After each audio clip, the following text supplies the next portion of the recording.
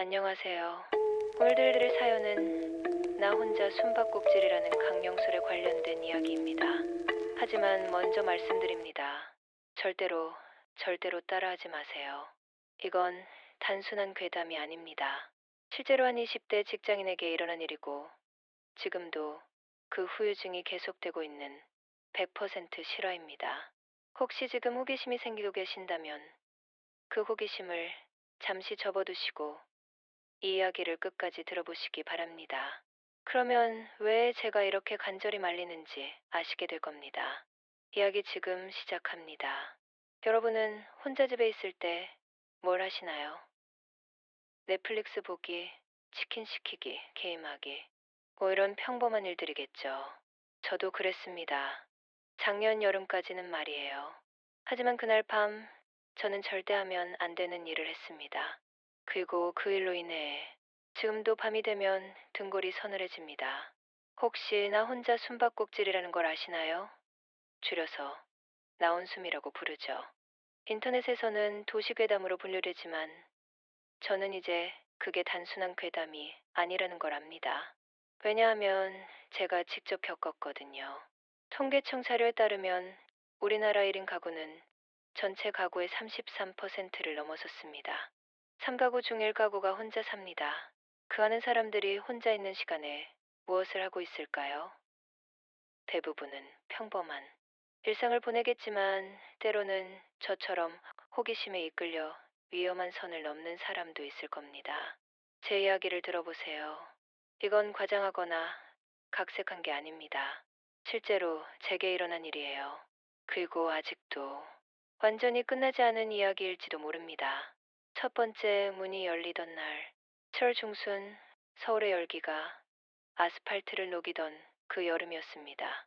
부모님은 제주도로 3박 4일 여행을 떠나셨고 26살의 저는 처음으로 집을 혼자 지키게 되었습니다. 지민아, 밤에 무서우면 할머니 댁에 가서 자라. 어머니가 떠나시며 하신 말씀이었죠. 하지만 저는 웃으며 대답했습니다. 엄마, 제가 몇 살인데요. 괜찮아요. 그날 저녁 회사에서 야근을 마치고 집에 돌아온 건 밤 10시가 넘어서였습니다. 평소에는 가족들의 목소리로 가득했던 집이 마치 거대한 빈 상자처럼 조용했어요. 에어컨 소리와 냉장고, 모터 소리만이 규칙적으로 공간을 채우고 있었습니다. 샤워를 하고 간단히 저녁을 먹은 후 저는 침실에서 유튜브를 보기 시작했습니다. 평소처럼 아무 생각 없이 영상을 넘기다가 제목이 강렬한 영상 하나가 눈에 띄었어요. 절대 따라하지 마세요. 나 혼자 숨바꼭질의 진실. 썸네일에는 핏기 없는 얼굴의 유튜버가 심각한 표정으로 카메라를 바라보고 있었습니다. 조회수는 200만을 넘어서고 있었고 댓글은 수천 개가 달려 있었어요. 호기심이 발동했습니다. 저는 그 영상을 클릭했어요. 여러분, 정말 심각하게 말씀드리는데요. 유튜버는 떨리는 목소리로 시작했습니다. 나 혼자 숨바꼭질 절대 하지 마세요. 정말로 제발 하지 마세요. 그 영상 내내 3번이나 하지 마세요를 반복했습니다. 하지만 이상하게도 그럴수록 더 해보고 싶어졌어요. 금기는 항상 호기심을 자극하니까요. 나온숨의 규칙은 생각보다 간단했습니다. 인형 하나 준비하고 이름을 지어주고 소금물에 담근 후 특정 시간에 특정 행동을 하는 거였어요.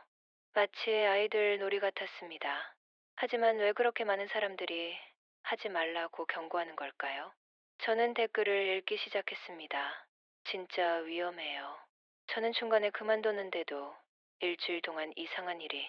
가족이 있을 때 절대 하지 마세요. 다른 사람한테도 영향 가요. 믿거나 말거나 하지만 저는 이것 때문에 이사했습니다. 댓글들은 대부분 비슷했어요. 모두 진지하게 경고하고 있었습니다. 하지만 저는 그때 스스로를 합리적인 사람이라고 생각했어요. 과학을 믿고 논리를 중시하는 사람이라고요. 설마 인형이 움직이기라도 한다는 건가? 저는 스스로에게 말했습니다. 다 심리적인 거야. 무서워하니까 평소 못 느끼던 소리들이 크게 들리는 거고. 그렇게 스스로를 설득하면서 저는 이미 마음속으로 결정을 내리고 있었어요. 해보자고. 한 번만 호기심을 해결하기 위해서라도.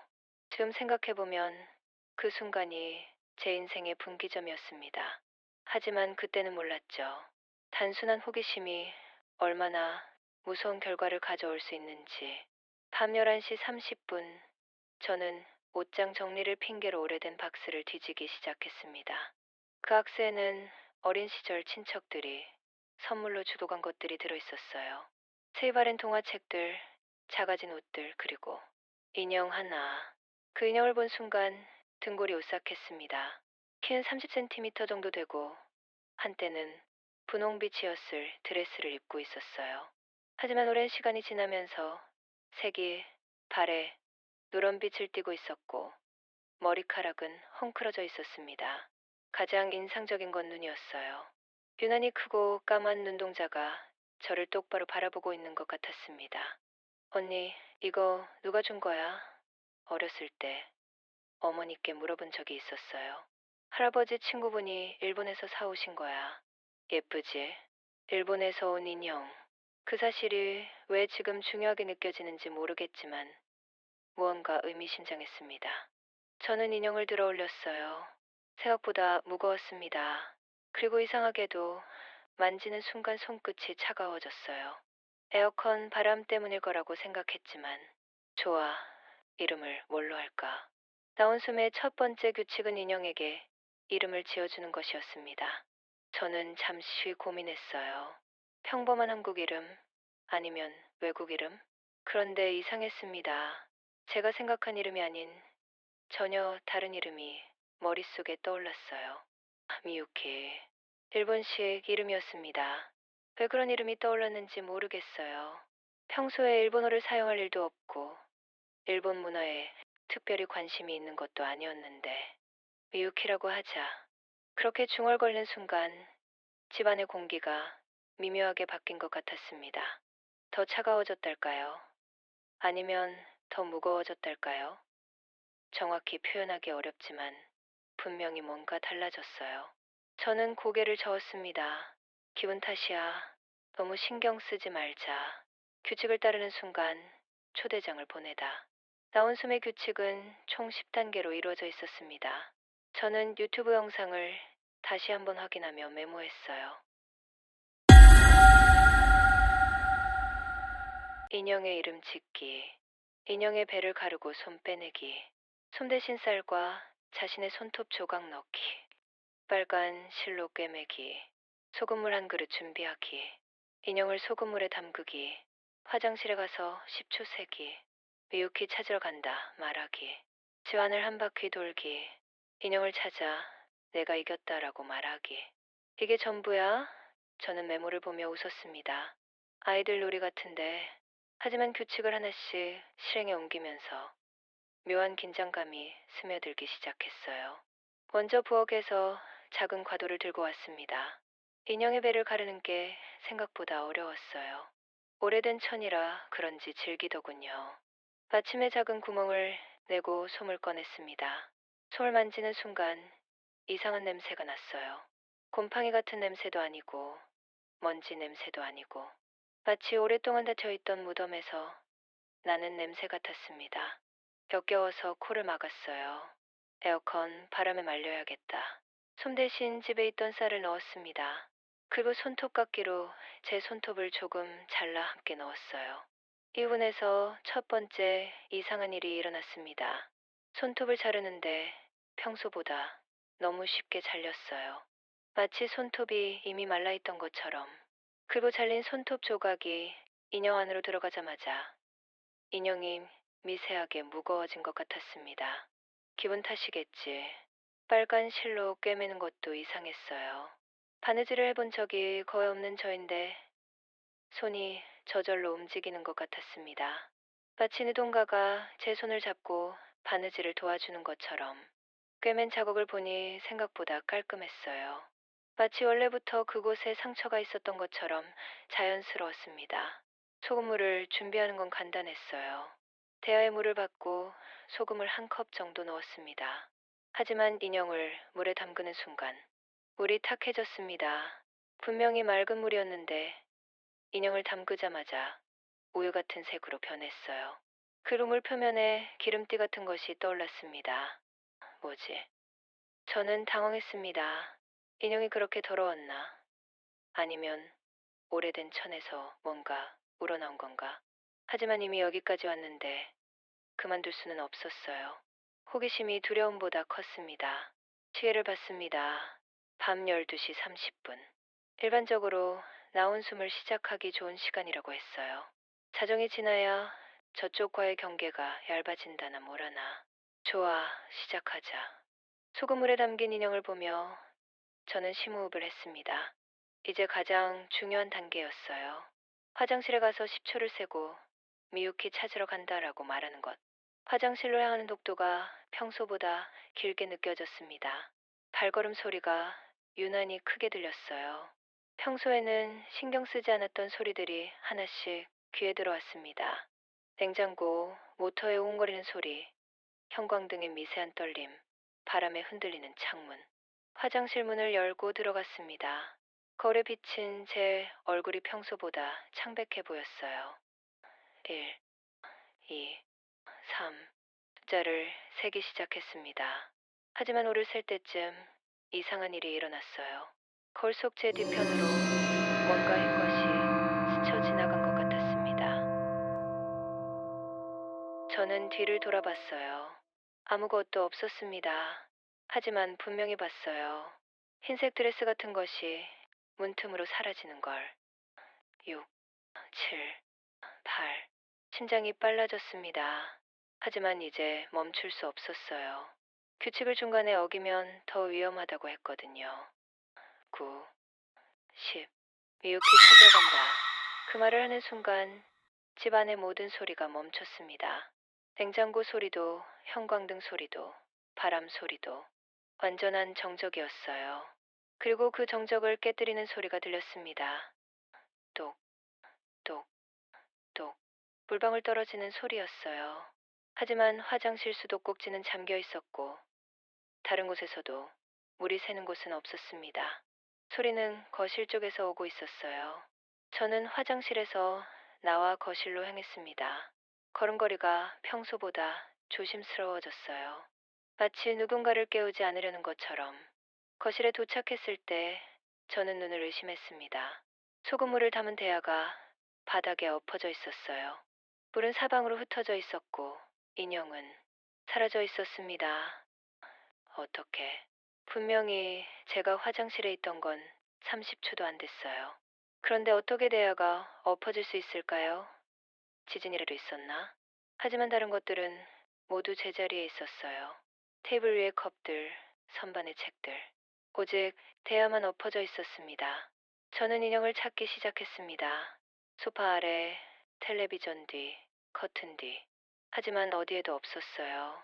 그때 부엌에서 소리가 들렸습니다. 드르륵, 드르륵.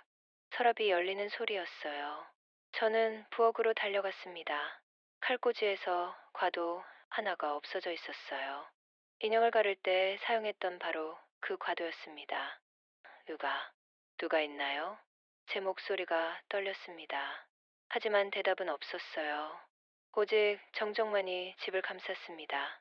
그 순간 위층에서 쿵 하는 소리가 들렸습니다. 뭔가 무거운 것이 떨어지는 소리였어요.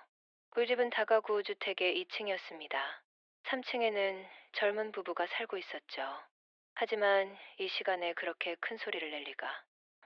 쿵, 쿵, 쿵. 소리가 규칙적으로 반복되기 시작했습니다. 마치 누군가가 위층에서 뛰어내리기를 반복하는 것 같았어요. 아니, 정확히는 누군가가 계단을 내려오는 소리였습니다. 실체와 마주하다. 계단 소리는 점점 가까워졌습니다. 하지만 이상한 건 우리 집 계단이 아니라 건물의 공용 계단 쪽에서 나는 소리였다는 것이었어요. 저는 현관 쪽으로 다가갔습니다. 도어락의 작은 모니터를 통해 복도를 확인할 수 있었거든요. 모니터를 켰습니다. 복도는 비어 있었어요. 하지만 계단 소리는 계속 들렸습니다. 점점 더 가까이. 쿵, 쿵, 쿵. 그리고 갑자기 소리가 멈췄습니다. 꿀집 문 바로 앞에서 저는 숨을 죽이고 모니터를 응시했습니다. 아무도 없었어요. 하지만 분명히 누군가가 문 앞에 있다는 걸 느낄 수 있었습니다. 그때 문고리가 천천히 돌아가기 시작했습니다. 드르르, 드르르. 안 돼. 저는 재빨리 문에 달려가 안전고리를 걸었습니다. 하지만 문고리는 계속 돌아갔어요. 마치 누군가가 열쇠를 가지고 있는 것처럼. 하지만 저희 집 열쇠는 저와 부모님만 가지고 있었어요. 그리고 부모님은 제주도에. 갑자기 문고리가 멈췄습니다.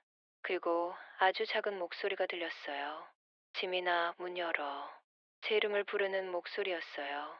하지만 그 목소리는 제가 아는 누구의 목소리도 아니었습니다. 성별도 애매했고 나이도 알 수 없었어요. 마치 여러 사람의 목소리가 겹쳐진 것 같았습니다. 지민아, 미유키를 찾고 있어. 문 열어줘. 이번에는 더 가까이에서 들렸어요. 마치 문 바로 뒤에서 속삭이는 것 같았습니다. 저는 뒷걸음질 쳤어요. 현관에서 거실로, 거실에서 침실로. 안 열어. 누구든 상관없어. 제가 소리쳤습니다. 하지만 목소리는 계속 들렸어요. 지민아, 놀이는 끝났어. 이제 내 차례야. 그때 정전이 되었습니다. 집 안 모든 불이 꺼졌어요. 에어컨도 냉장고도 모든 전자제품이 동시에 멈췄습니다.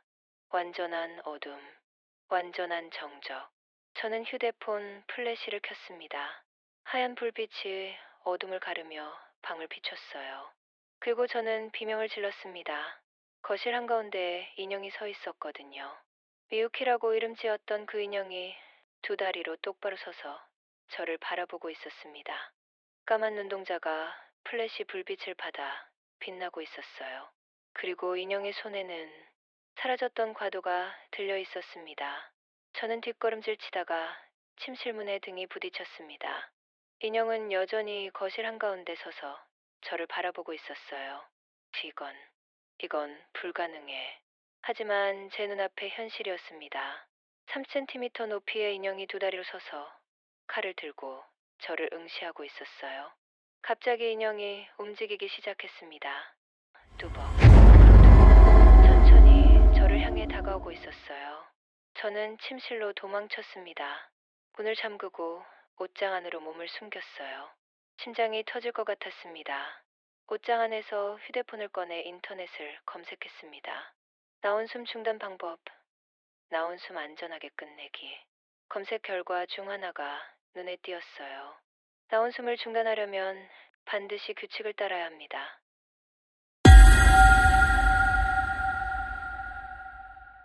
게임을 시작한 인형을 찾아 내가 이겼다라고 3번 말하고 인형을 완전히 소각해야 합니다. 만약 이 과정을 생략하면 그 뒤의 내용은 섬뜩했습니다. 계속해서 괴현상이 일어나고 점점 더 강해져서 결국에는 저는 휴대폰을 끄고 마음을 정했습니다. 이 상황을 끝내야 했어요. 옷장 문을 조심스럽게 열었습니다. 복도는 조용했어요. 플래시를 켜고 천천히 거실로 향했습니다. 그 인형은 원래 자리에 없었어요. 어디로 간 걸까요? 그때 부엌에서 소리가 들렸습니다.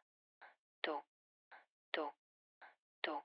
칼이 도마를 두드리는 소리였어요. 저는 부엌으로 갔습니다.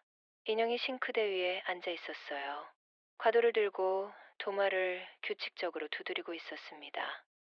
똑, 똑, 똑. 저와 눈이 마주쳤을 때 인형이 고개를 기울였어요. 마치 왜 이렇게 늦었냐고 묻는 것 같았습니다. 내가, 내가 이겼다. 떨리는 목소리로 말했습니다. 하지만 인형은 움직임을 멈추지 않았어요. 내가 이겼다. 더 큰 소리로 외쳤습니다. 이번에는 인형이 칼을 멈췄어요. 하지만 여전히 저를 바라보고 있었습니다. 내가 이겼다.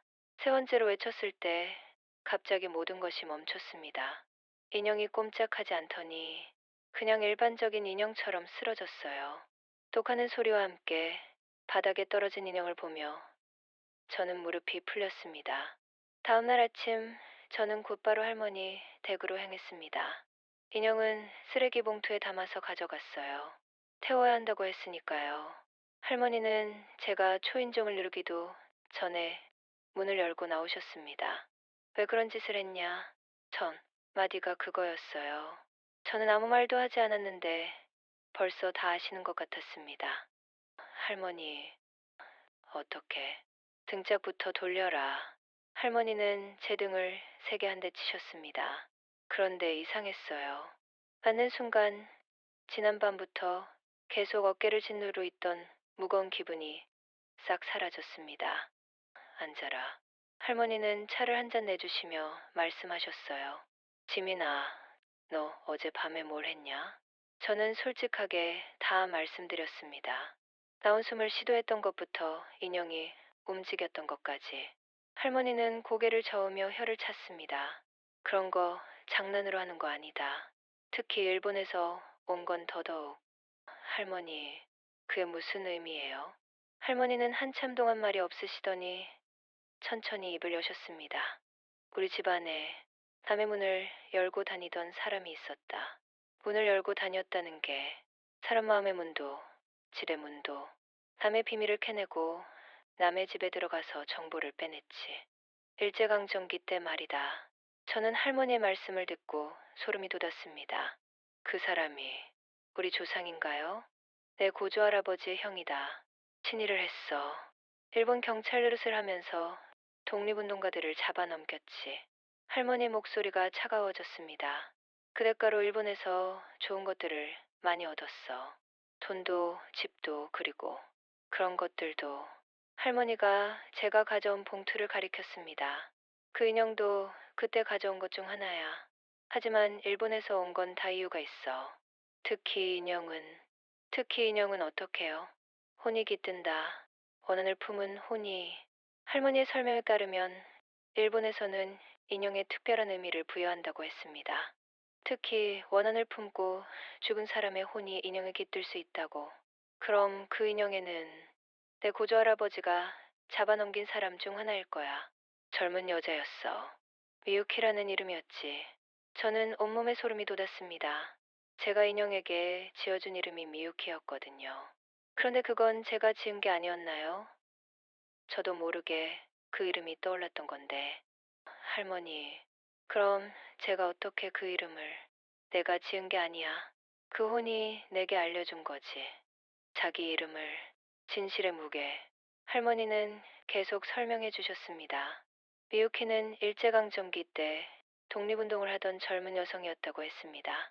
하지만 제 고조할아버지의 형이 그녀를 일본 경찰에 신고했고, 그녀는 고문을 받다가 죽었다고. 그래서 그 혼이 복수하려고 하는 거예요? 복수라기보다는 억울함을 풀고 싶어 하는 거지. 하지만 너는 잘못이 없어.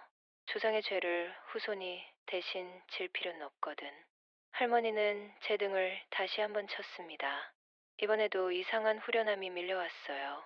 근데 할머니, 지금 제 등을 치시는 게 돌려보내는 거다. 내게 붙어있던 걸. 뭐가 붙어있었다는 거예요? 할머니는 대답 대신 인형이 든 봉투를 가리켰습니다. 이제 태워야 한다. 제대로. 우리는 할머니 댁마당에서 인형을 태웠습니다.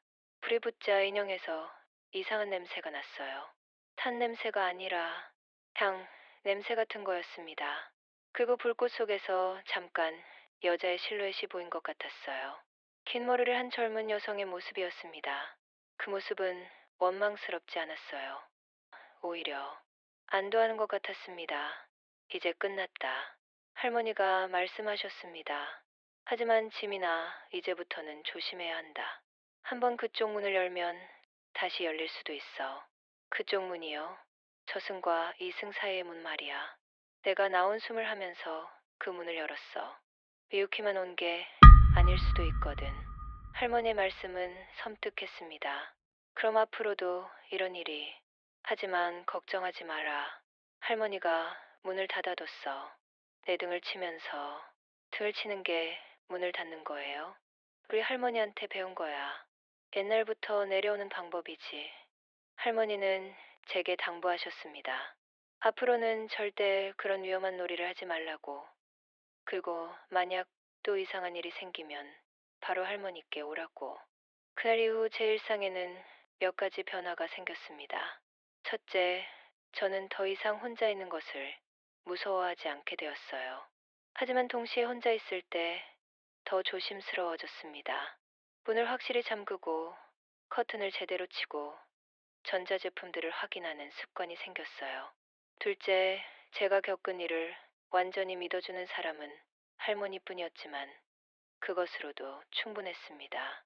때로는 혼자만 겪은 일도 한 사람이라도 믿어주면 견딜 수 있더라고요. 셋째, 저는 인터넷에서 나온숨 관련 글을 보면 꼭 댓글을 달게 되었습니다. 절대 하지 마세요. 정말로 위험합니다라고요. 제가 그랬던 것처럼 대부분은 믿지 않겠지만 그래도 한 명이라도 말릴 수 있다면. 하지만 가장 큰 변화는 할머니와의 관계였어요. 이전에는 명절에만 뵈던 할머니를 이제는 자주 찾아뵙게 되었습니다. 할머니도 제가 올 때마다 반겨주시고 등을 한 번씩 쳐주세요. 이제는 그 의미를 알기 때문에 고맙게 받고 있습니다.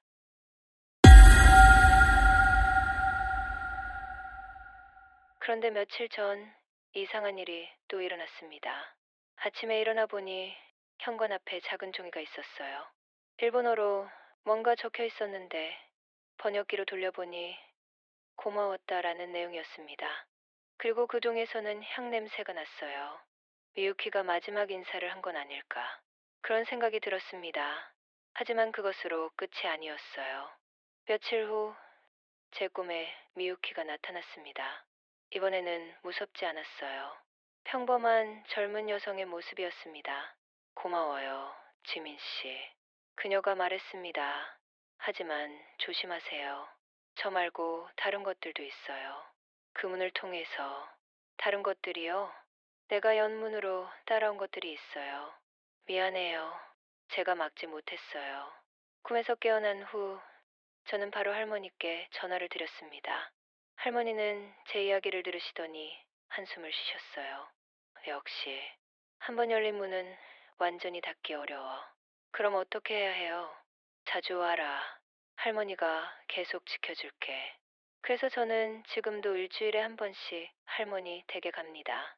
할머니는 제 등을 쳐주시고 차를 끓여주시고 옛날 이야기를 해주세요. 여러분에게 드리는 마지막 부탁. 여러분, 제 이야기를 여기까지 들어주셔서 감사합니다. 이 이야기는 100% 실화입니다. 과장하거나 꾸며낸 부분이 전혀 없어요. 2023년 자료에 따르면 나온숨을 시도한 사람 중 73%가 실제로 초자연적 현상을 경험했다고 합니다. 그중 15%는 정신과 치료를 받아야 했고 3%는 지금도 후유증에 시달리고 있다고 해요. 이게 단순한 심리적 현상일까요? 아니면 정말로 그쪽과 연결되는 무언가가 있는 걸까요? 저는 이제 확실히 말할 수 있습니다. 그것은 존재합니다. 보이지 않는다고 없는 게 아니에요. 믿지 않는다고 영향받지 않는 게 아니고요. 혹시 지금 이 이야기를 듣고 호기심이 생기신 분이 계시다면 제발 그 호기심을 접어주세요. 정말로 간절히 부탁드립니다. 저처럼 운이 좋다면 할머니 같은 분이 계실지도 모르겠지만 모든 사람이 그렇게 운이 좋은 건 아니거든요. 그리고 정말로 만약에 이미 시작해버린 분이 계시다면 절대 혼자 해결하려고 하지 마세요. 주변의 어른들께 도움을 요청하세요. 특히 나이가 많으신 분들은 이런 일에 대해 우리보다 더 많이 알고 계실 가능성이 높아요. 사실 제가 이 이야기를 하게 된 직접적인 이유가 있습니다. 일주일 전 제 후배 중 하나가 저에게 연락을 했어요. 선배, 혹시 나온숨이라고 아세요? 그 순간 제 등골이 서늘해졌습니다. 너, 설마, 어제 해봤는데요. 근데 이상한 일이 계속 일어나요. 어떻게 하면 될까요? 저는 바로 할머니 댁으로 그 후배를 데리고 갔습니다. 다행히 아직 큰 문제는 없었어요. 할머니가 빨리 조치를 취해주셔서 무사히 해결되었고요. 하지만 그때 깨달았습니다. 이런 일이 계속 반복되고 있다는 걸. 호기심 많은 젊은 사람들이 인터넷에서 본 정보만 믿고 위험한 일을 시도하고 있다는 걸. 그래서 제가 이렇게 나서게 되었습니다. 제 이야기를 통해서 한 명이라도 더 말릴 수 있다면 제가 겪었던 그 공포가 의미가 있을 테니까요. 마지막으로, 저는 지금도 가끔 꿈을 꿉니다. 미유키가 나오는 꿈은 아니에요. 그녀는 이미 평안을 찾았으니까요. 하지만 다른 존재들이 나오는 꿈을 꾸죠. 제가 열어놓았던 그 문을 통해 들어온 것들. 할머니가 대부분은 막아주셨지만 완전히 차단하기는 어렵다고 하셨거든요. 그래서 저는 앞으로도 계속 조심하며 살아갈 겁니다. 그리고 할머니가 살아계시는 동안은 계속 보호받을 수 있을 거예요. 하지만 여러분은 애초에 그런 문을 열지 마세요. 호기심은 인간의 본능이지만 때로는 참아야 할 호기심도 있어요. 나 혼자 숨바꼭질. 그 이름부터가 함정입니다. 혼자가 아니거든요. 절대로. 여러분이 부르면 누군가는 반드시 옵니다. 문제는 누가 올지 모른다는 거예요. 그리고 한 번 온 존재를 돌려보내는 것은 생각보다 훨씬 어려운 일이라는 거죠. 이 이야기가 여러분에게 작은 울림과 경고가 되었다면 구독과 좋아요로 응원해주세요. 그리고 더 중요한 건 제 경험을 믿고 위험한 호기심을 멈춰주시는 것입니다. 여러분의 안전한 일상이 누군가의 무모한 호기심으로 망가지지 않기를 진심으로 바랍니다. 마지막으로 한 번 더 말씀드립니다. 절대로, 절대로 나 혼자 숨바꼭질을 하지 마세요. 그것은 놀이가 아닙니다. 초대장입니다. 감사합니다.